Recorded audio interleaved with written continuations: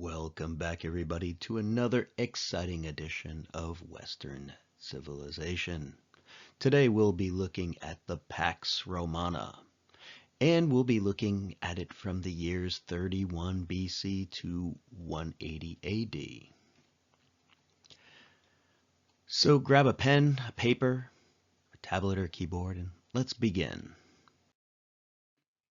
By the end of this lecture, you will be able to explain how Augustus's reforms created a stable imperial system while maintaining the illusion of the Republic, analyze the benefits and hidden trade-offs of the Pax Romana, including economic prosperity, cultural integration, and political centralization. Evaluate the transition of the Roman military from citizen soldier to professional standing armies and its impact on the empire. Assess the challenges of governing a vast empire, including border defense, rising costs, and economic strain. Anticipate the pressures that would test Rome's stability in the centuries to come, as hinted at in the reign of Marcus Aurelius. Okay, so let's begin. When we last left, Rome had endured a century of civil wars, culminating in the Battle of Actium in 31 BC, where Octavian, the nephew and adopted son of Julius Caesar, had defeated Antony and Cleopatra. He had added Egypt, the last part of the Mediterranean that was not then directly a Roman province, into the Roman Empire. We noted that Octavian was faced with a difficulty, though. Octavian needed to find a way to unify the empire, but he needed to be careful. His father, Julius Caesar, as we know, had been stabbed, and so we're going to see that Octavian creates a little bit of political theater. He creates a new title, the Princeps, or First Citizen, doing his best to create the illusion that the Republic had been restored, but power was actually going to be in his hands. The system that Octavian is going to create does some good. It creates a system that works in a sense. It ends the civil wars. It brings a long period of peace and prosperity. However, one-man rule also leads to a passive and toothless Senate. So the Senate, which had been this repository of great and ambitious men, becomes supine and toothless under Augustus. They lose their political ambition and turn to wealth and privilege instead. Octavian is going to be able to maintain this balancing act. But as we're going to see, when a new emperor emerges, it's going to be a roll of the dice, because the question is will the next emperor be able to maintain this balance? And in some cases, yes, they will. But in other cases, when Rome has a madman for an emperor, it's going to really lead to difficulty. And so what we're going to see is Augustus creates this system, but will it be able to survive? So one of the hallmarks of the system that Octavian is going to create is this illusion that the Republic is still standing. Now, after holding extraordinary war powers from the time of the Battle of Actium up until 27 BC, Octavian is going to call a special session of the Senate and announce that he's giving up all of his powers. He steps down. He calls the Senate, says, I've mission accomplished. I'm going to step down. Now, this is a little bit of a charade, as we're about to see, but the Senate accepts his resignation, but asks him to stay on. And he insists, and this is a bit of a kabuki dance. Anyways, one important thing to come out of this is the Senate grants him a new title. From now on, he is going to be known as Augustus, which kind of signifies divine favor. Okay, so this is a special title that he gets. So from here on out, we'll call him Augustus. He doesn't care for the name too much, though, because he wants a more modest name, and so he takes the term princeps, or first citizen. And he doesn't want to seem like he's above anybody, and this name princeps, our first citizen, kind of has more of a ring to that. Now, like I said, Augustus is going to hold more or less complete power, but he wants to keep the appearance that the Republic still exists. Okay? And so he's going to keep the Senate. The Senate is still going to function. There are still going to be councils. There are going to be other high offices that exist. But this is going to be mostly window dressing. Real power is going to reside in Augustus's hands. He is going to control the army. He's going to control finance. He's going to control administration. He's going to be the emperor.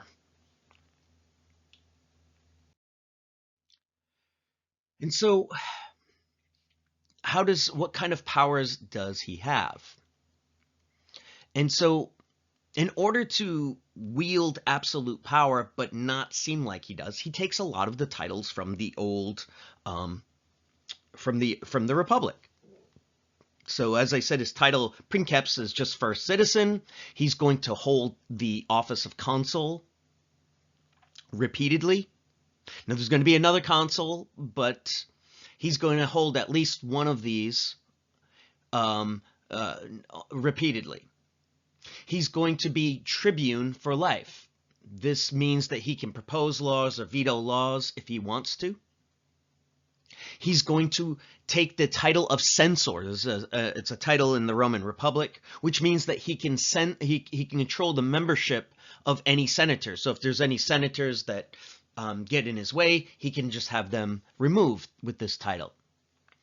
And he's going to take the title Pontifex Maximus, or high priest of the Roman religion. And so he doesn't really create any new offices. He just holds a whole bunch of offices at once that already exist. Like I said, the Senate's going to be there. They're not going to have any real power, though. They're going to be diminished, but they'll be given honors, and they'll be, a lot of them are going to be supporters of his, and they're going to have little ceremonial things that they can do. Augustus is going to have a firm control of the military, though. He's going to maintain personal control over this. They're all going to swear an oath of loyalty to him and not to the Senate or Rome. And he's going to control their pay and be the one who rewards them with land grants. All right? And this is actually where we get the title emperor from. Imperator just means commander. Okay? All right, so he creates this system, claims he's restored the Republic, claims he's fixed it after years of civil war, and from the outside it looks that way. All the kind of things are functioning, but really one person has an extraordinary amount of power. Now, as we're going to see, this system kind of works. But the problem is there's never really a formal mechanism for deciding who is going to be the next emperor. Emperor tends to be for life, but there's going to be a bunch of different things tried. Some will just nominate their children, sons.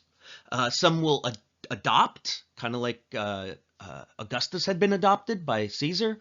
Some are going to get there by assassination or military force. And so it's kind of a messy system.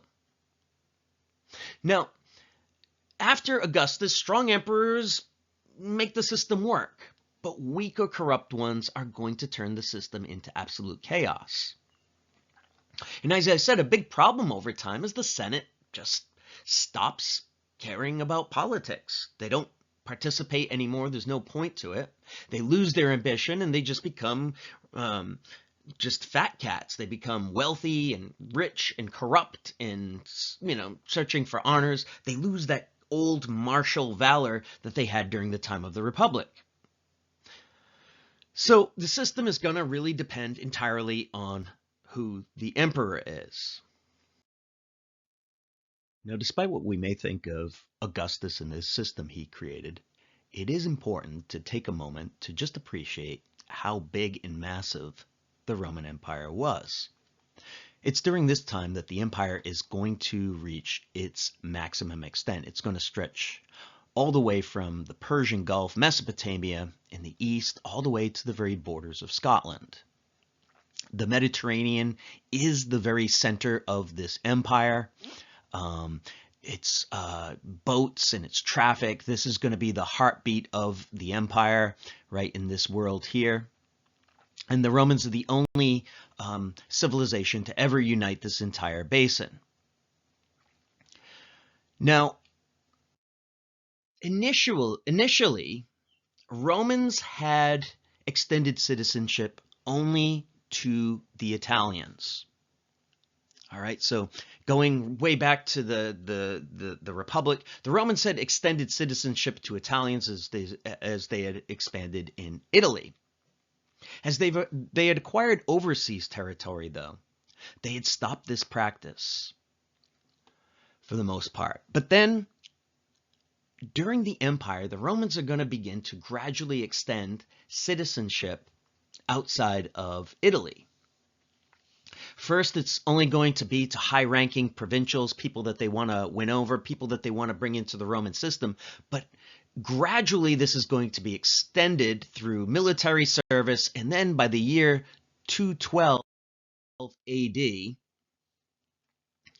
Rome is going to grant citizenship to all free inhabitants of the empire. And so from this point onward,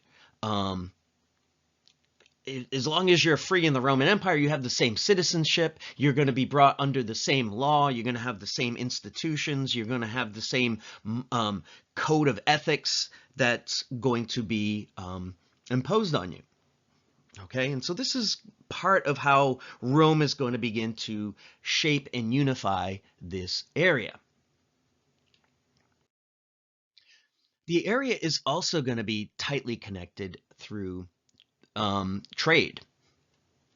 Now, as I said, the Mediterranean and the area around it is a really, really diverse place in terms of resources, in terms of minerals, in terms of skills and styles, and you name it. It's a big, vast, diverse place. Under Rome, this region is going to be connected in a tight web of trade.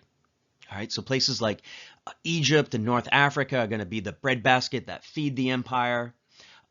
Regions will specialize in olive oil, or some will specialize in wine. Rome is going to import silks from the east. There's going to be a common currency. All right, so the Roman currency is going to be the common currency of this whole area, and so it's going to turn into one giant free trade zone essentially. Now, one thing that I should mention is that this economy, like a lot of ancient economies, is going to be built off slave labor. And as we're going to see, as Rome settles down, the sources of slaves begin to dry up. All right, so when it was expanding, there were a lot of slaves coming in. But as Rome settles, there's less wars, less new slaves, some are freed. And so the sources of this important resource, for lack of a better term, are beginning to dry up. Now, Rome essentially took a very hands-off approach to governing. Essentially what Rome did is it allowed local elites to govern their territories and govern their regions for the most part. Okay, and so Rome allows locals to manage their own taxes, enforce the laws, recruit for the military. Rome doesn't have a very well-developed centralized bureaucracy like other civilizations do. And so this is going to be a civilization that's run on local rule. Rome is going to be very active in building cities as they go, because cities are going to be key nodes that will begin to administer and create this network. All right. And so cities, especially in the West, Rome is going to settle a lot of soldiers who have retired after their 20-year service, settle them in places like Gaul, which would become France, on the German border. And so Western Europe is really going to become urbanized at this point. When the Romans come in, they bring all the amenities of life to these previous barbarian territories: public baths, temples, amphitheaters, forums, aqueducts.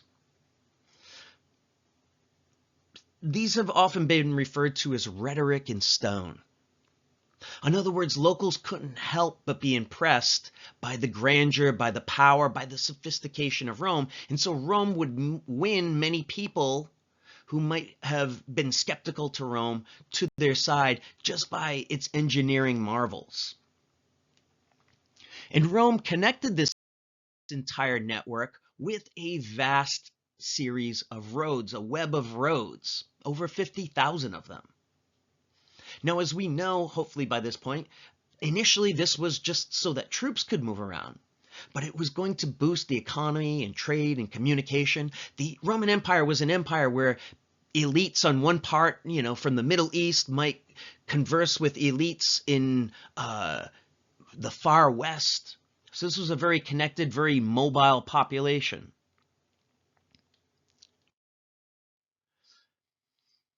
And it's during this time, because of the trade networks, because of the roads, because of the big migration of people, that Latin starts to become the dominant language of the Western Empire.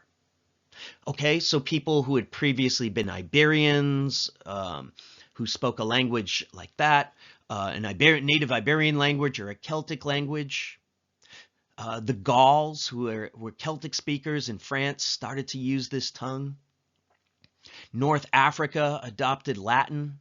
And so the empire really became a bilingual empire, with Greek being spoken in the East and Latin being widely used or understood in the West. And so there's an amazing amount of linguistic unity to this. Okay. Now, under Augustus, the army stopped conquering new territories with one exception. Under the Emperor Trajan, who ruled from 98 to 117, so in the 100s, Rome made some additional conquests in Mesopotamia, but for the most part, this would not be a period of Roman expansion. As a matter of fact, the next emperor after Trajan pulled back a bit. And so Rome was kind of going to go into a defensive posture. It was big enough, Hadrian and later emperors thought. Plus, the armies could be troublesome, as we saw. It was better to just keep it out of the centers of power. And so it was stationed along the Rhine, a river that runs through Germany, the Danube. And so just keep them on the borders.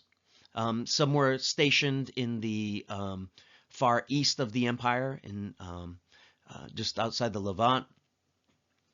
And so the army was now going to just man forts. They weren't going to expand anymore. And this is significant because one of the big aspects of the army was that the army had been a source of revenue. As Rome had conquered new territories, it had sacked cities. It had always brought in revenue. And it had brought in slaves that were key to the economy. And so this is going to dry up a bit. And Rome is going to now spend money on their defenses, right? Because it's going to cost a lot to keep 300 people stationed along the border. Another thing that happens is that the soldier increasingly becomes non-Italian. So they're drawn from wherever. They're recruited throughout the empire, but they're not Italians. They don't have any real connection. Many of them have never been to Rome, and they're going to serve for 20 years. And so many of these people aren't going to have a particularly deep tie to Rome. Um, and so this is going to not be a big problem yet, but it'll be a problem in the future.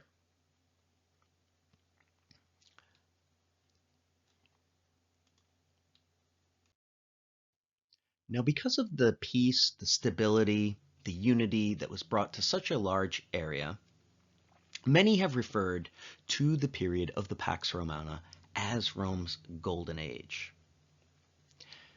The 18th century historian Edward Gibbons famously said it was really the happiest time of all time.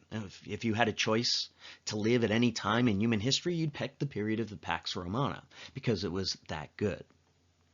And there's something to be said for this. There was stability, the system that Augustus creates.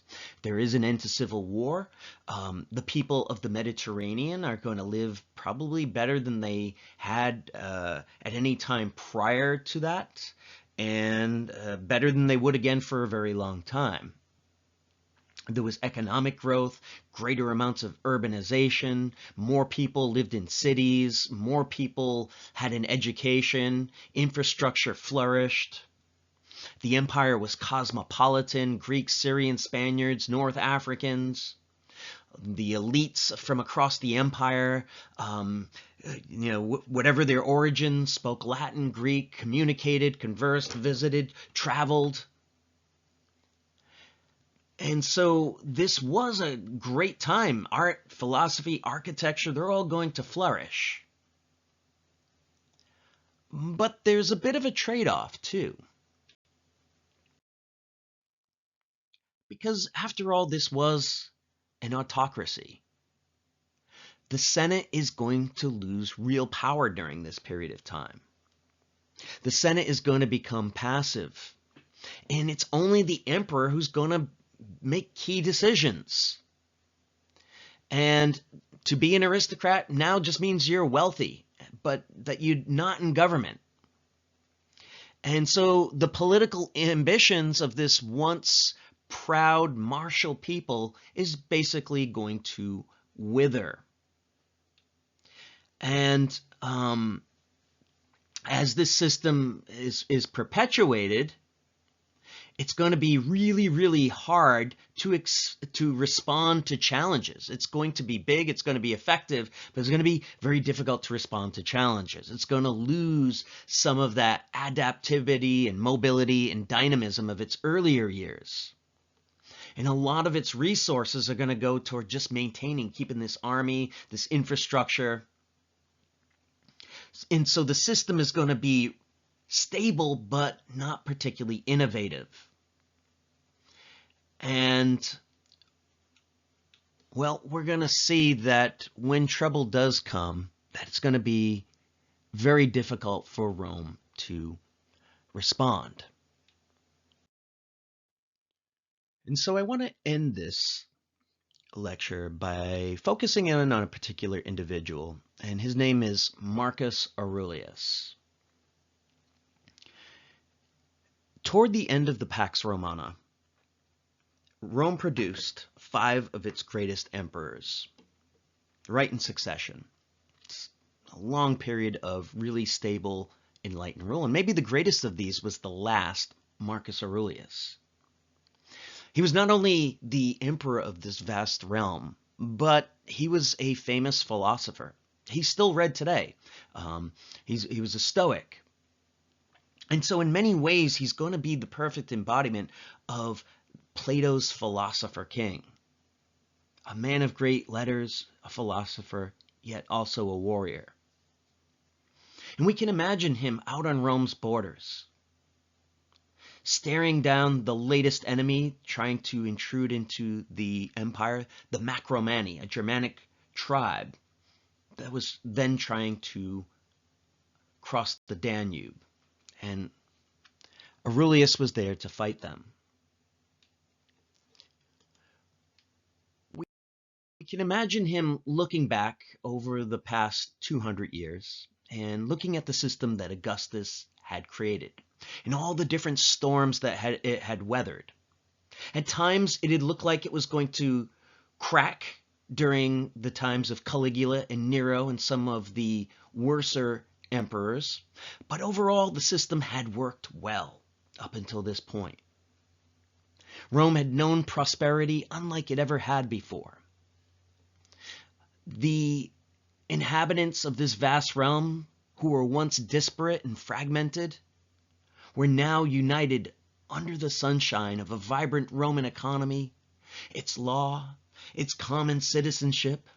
People from across the realm traveled its roads and corresponded with friends and colleagues from across 3 different continents. There were problems, but Rome, he must have thought, would figure it out, as it always had. And yet we can imagine, as he stared across the frozen terrain, he knew that stability was never permanent. The empire had endured a lot before, but would it do it again? And so we can imagine him looking over the terrain into a dark forest. And imagine gloom overtaking him. The tribal groups were getting bigger and bigger and more audacious. The cost of repelling these larger and larger barbarian invasions was beginning to put a real strain on the budget. And the army itself was now a financial liability, now that it was no longer actively getting plunder. As Rome had stopped expanding, the pool of slaves had also dried up. And this once vital part of the Roman economy was beginning to diminish. Plague had begun to bite too. It had just recently swept in from the east and was now shrinking the workforce and depopulating whole regions. And then there was his son, who he had already made co-ruler, Commodus. A young man who was not much interested in war and overly fond of vice and luxury, and who surrounded himself with some of the worst company in Rome. And so we can imagine this final emperor, final good emperor of the Roman Empire, sighing and thinking to himself, and quoting one of his favorite phrases: "You have power over your mind, but not outside events," which was apparently something he would say to himself when he became lost in gloom. But he wasn't well. Even as he strapped on his armor, his body would have now been aching, and he would have been sporting a high fever, as he too became one more victim of the plague that was sweeping across Rome.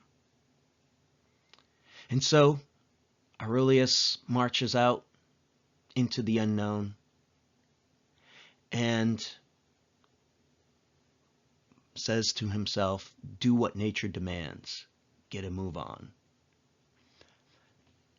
And so we conclude this era of the Pax Romana on this note.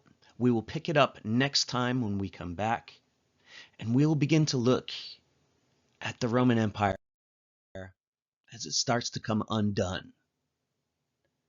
As we look at the successor to Marcus Aurelius, the Emperor Commodus.